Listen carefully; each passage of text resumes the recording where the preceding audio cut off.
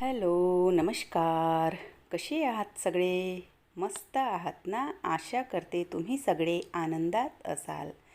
तुम्हा सर्वांचं अगदी मनापासून स्वागत आहे आपल्या चॅनलवरच्या आजच्या या व्हिडिओमध्ये.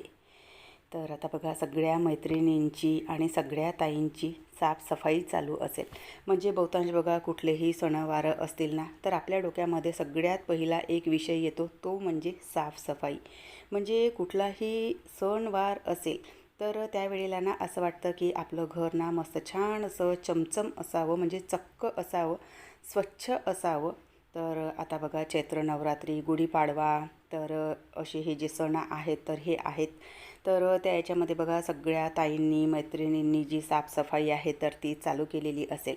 तर मी सुद्धा बघा, कालपासून ना साफसफाईचा जो कार्यक्रम आहे तर तो चालू केलेला. काल गॅस ओट्याच्या वरच्या भागाची पूर्ण जी साफसफाई आहे तर ती केलेली होती. आणि आज म्हटलं हा जो खालचा भाग आहे, गॅस ओट्याचा जो खालचा भाग आहे, ट्रॉल्यांचा भाग, तर तो स्वच्छ करून घेऊयात म्हणून. आणि मी ना अगदी असा ना स्टेप बाय स्टेप किचन स्वच्छ करायला घेते. म्हणजे एकाच दिवशी करायचं असेल तर ती गोष्ट वेगळी, पण त्यातही मी ना अगदी असं पार्टिशनमध्ये काम करते.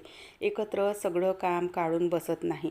नाहीतर मग बघा, आपण ना एकत्र सगळं काम काढतो आणि मग पुन्हा आपल्याला थकवा जाणवतो आणि बरेचसे प्रॉब्लेम होतात. तर त्यामुळे ना माझं जे काम आहे तर ते ना मी अगदी असं स्टेप बाय स्टेप काढते. तर आज ना ह्या ज्या ट्रॉल्या आहेत आणि ट्रॉल्याच्या आजूबाजूचा जो भाग आहे तर तो मी इथे ना स्वच्छ करायला घेतलेला. तर ते सगळं जे सामान होतं तर ते सगळं सामान खाली करून घेते आधी. कारण बघा, ट्रॉल्यांमध्ये जर सामान ठेवलेलं असेल आणि आपण मग तिथेच ना सगळे असे जाळे वगैरे, म्हणजे आजूबाजूच्या याच्यातून जाळे वगैरे काढतो, तर तीच धूळ ना त्या भांड्यांवर जाऊन बसते आणि पुन्हा आणखी ते भांडे खराब होतात. मग त्यांना पुन्हा आणखी पुसावं लागतं. तर त्यापेक्षा म्हटलं आधी ना ह्या ज्या सगळ्या ट्रॉल्या आहेत तर त्यांच्यातले सगळे जे भांडे आहेत तर ते काढून घेते म्हणून. तर सगळ्या ज्या ट्रॉल्या होत्या तर त्या खाली करून घेतल्या. आणि माझं किचन ना अगदी छोटंसं आहे, लहान आहे किचन, आणि त्यामध्ये ना खूप साऱ्या सामानांचा पसारा ठेवलेला आहे. तर त्यामुळे ना थोडासा म्हणजे ना प्रॉब्लेम जातो किचन स्वच्छ करायला. तर सगळं सामान आधी खाली करून घेतलं. आणि किट्टू होती घरी, तर आज तिला म्हटलं की हे ना ट्रॉल्यांमध्ये टाकलेले असतात, हे जी मायका शीट असते ना तर ती वाचली होती माझ्याकडे, तर तेच मी ना ट्रॉल्यांमध्ये टाकलेले. तर तेच तिला म्हटलं की तू स्वच्छ करून घे म्हणून. कारण बघा, मुलांना तसंही ना तिला खाली खेळायला जायसाठी सांगितलं मी, तर आज तिचा काही मूड होता नाही खेळायला जाण्यासाठी.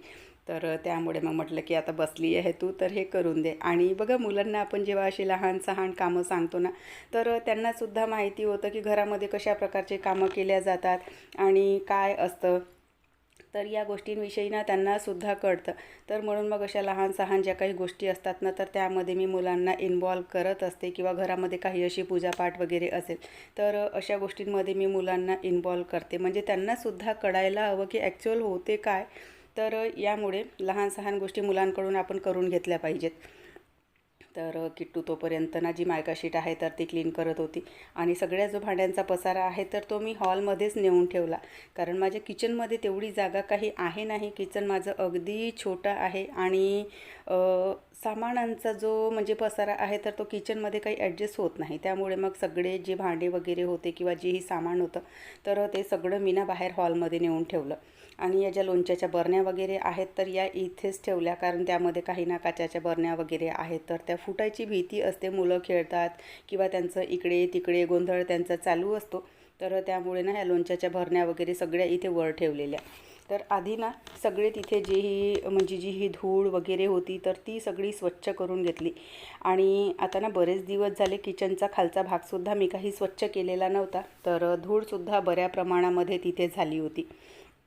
तर म्हटलं आधी ना सगळी धूळ जी आहे तर ती झाडून घेते आणि ते लगेच उचलून घेते. नाहीतर मग बघा, पुन्हा आपलं इकडे तिकडे फिरणं चालू असतं. कारण आता किचन स्वच्छ करायचं म्हटलं तर एका ठिकाणी बसून तर आपले किचन स्वच्छ होणार नाही, इकडे तिकडे जावंच लागतं.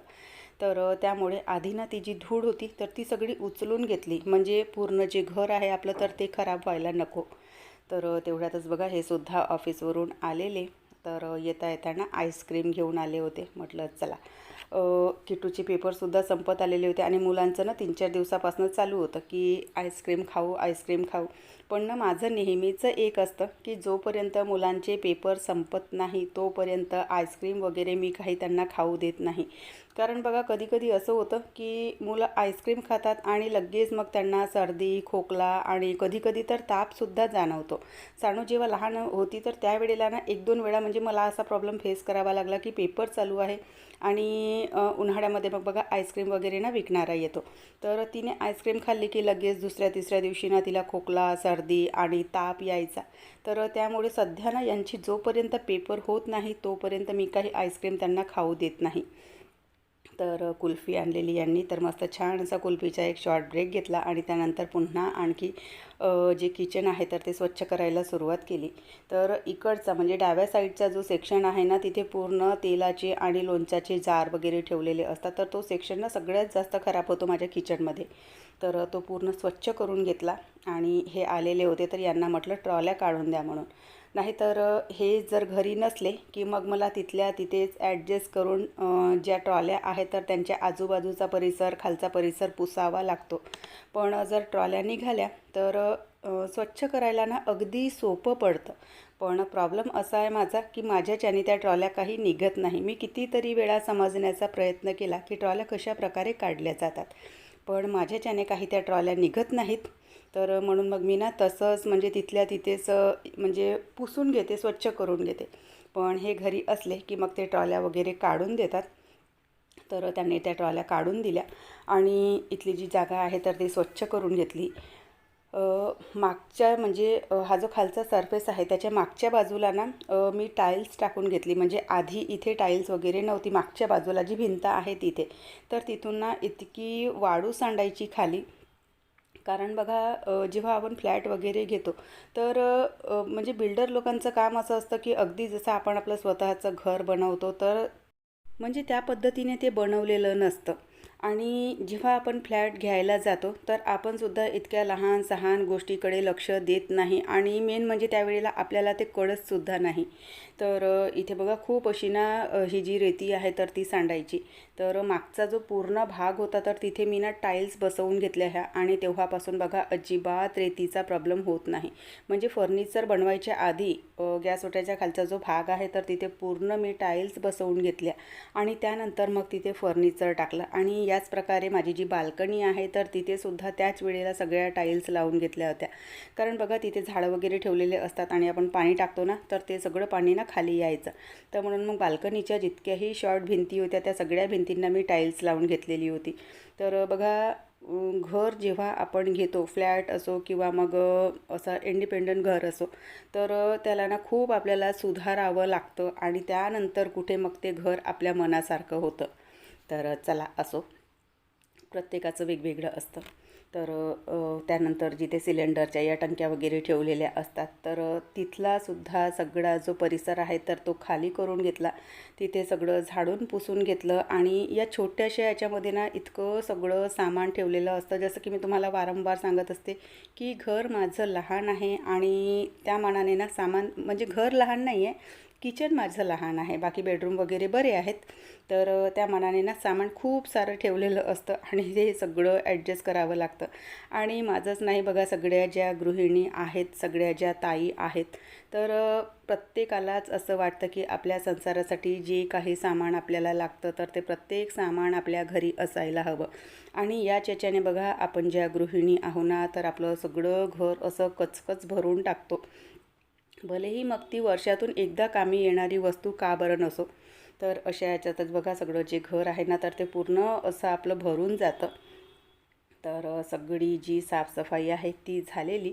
त्यानंतर पुन्हा आणखी एकदा चहाचा शॉर्ट ब्रेक घेतला. म्हणजे साफसफाईला सुरुवात करायच्या आधी मी चहा घेऊनच साफसफाईला सुरुवात केलेली होती. त्यानंतर मग आईस्क्रीम खाल्ली आणि पुन्हा आणखी थोडासा असा वाटला की एक चहा घ्यावा म्हणून. तर पुन्हा एक चहा घेतला आणि त्यानंतर सगळ्या ज्या ट्रॉल्या आहेत तर त्यांच्यामधलं जे सामान आहे तर ते जमवण्यासाठी इथे मी सुरुवात केलेली आहे. तर अशा प्रकारे बघा गॅस ओट्याचा जो खालचा भाग आहे तर तो माझा क्लीन झाला सगळा. आणि त्यानंतर हे जे भांडे होते तर ते सुद्धा ट्रॉलीमध्ये ठेवून देते. छोट्या किचनमध्ये आणि कमी ट्रॉल्यांमध्ये जास्तीत जास्त भांडे कशा प्रकारे ठेवायचे याविषयीचा डिटेल व्हिडिओ आपल्या चॅनलवरती मी अपलोड केलेला आहे. डिस्क्रिप्शनमध्ये तुम्हाला लिंक देणार. जर कोणाला असं वाटत असेल बघावंसं तर तुम्ही बघू शकता, किंवा जर तुम्हाला आयडिया पाहिजे असेल तर त्यातून तुम्हाला नक्कीच आयडिया मिळणार. तर चला, मस्त छान अशी साफसफाई झालेली आहे आणि आजचा व्हिडिओसुद्धा मी इथेच संपवते. आशा करते तुम्हाला आवडला असेल.